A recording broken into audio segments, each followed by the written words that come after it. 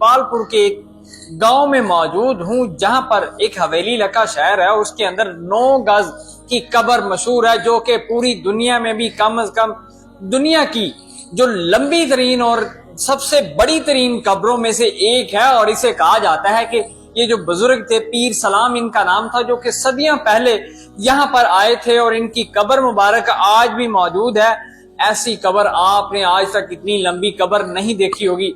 आप देख सकते हैं इतनी लंबी कब्र हमने जब आकर देखा तो वाकई होश गुम रह गए थे कि इतनी लंबी कब्र कहां पर है और ये कैसे हो सकता है। और यहाँ के जो रिहायशी हैं, लोग हैं, उनका ये कहना है, कैमरामैन मेरा साथ आता है, हम दिखाते भी चलते हैं आपको साथ। लोगों का ये कहना है, मकामी लोगों का, कि ये एक बुजुर्ग थे जो तकरीबन एक जंगें पहले हुआ करती थी। तो ये बुजुर्ग का एक आधा धड़ है यहाँ पे, और इसका आधा धड़ कहा जाता है कि ये भारत के अंदर या बांग्लादेश वाली साइड पे ये बुजुर्ग दफन है। तो आप अंदाजा लगा सकते हैं कि उनका कद उस वक्त कितना लंबा होगा कि वो उनका भी आधा धड़ है जो कि यहाँ पर हवेली इलाका शहर के अंदर वो दफन है।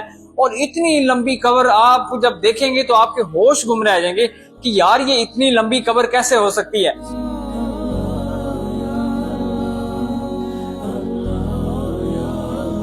आप मुझे ये बताइएगा कि आप इस शहर में कितनी देर होगी, आप यहाँ से रिहाइश पजीर हैं, कितनी देर होगी? सर ये कस्बा पाकिस्तान बनने से पहले का है। ठीक है। और मेरी पैदाइश इसी इलाके की है, बल्कि ये कब्रिस्तान के बिल्कुल ये साथ ही मेरा घर है। ठीक है, साथ ही घर। बिल्कुल इसी कब्रिस्तान में हम बचपन में खेलते रहे। और ये जब से मैं जो आंखें होश संभाला है, ये हमने इस कब्रिस्तान को देखा है, इस कब्र को देखा है। तो ये बुजुर्ग कौन थे? हाँ, इन बाबा जी का नाम जो हमने बचपन से सुना है, बाबा पीर सलाम कहते हैं। ठीक है। बाबा पीर सलाम इनका नाम है। ठीक है। और इनके बारे में ये ऐसी बातें मशहूर हैं कि हमारे जो बुजुर्ग थे वो पहले ये कहते थे कि ये जंगों में लड़ते हुए आ रहे थे।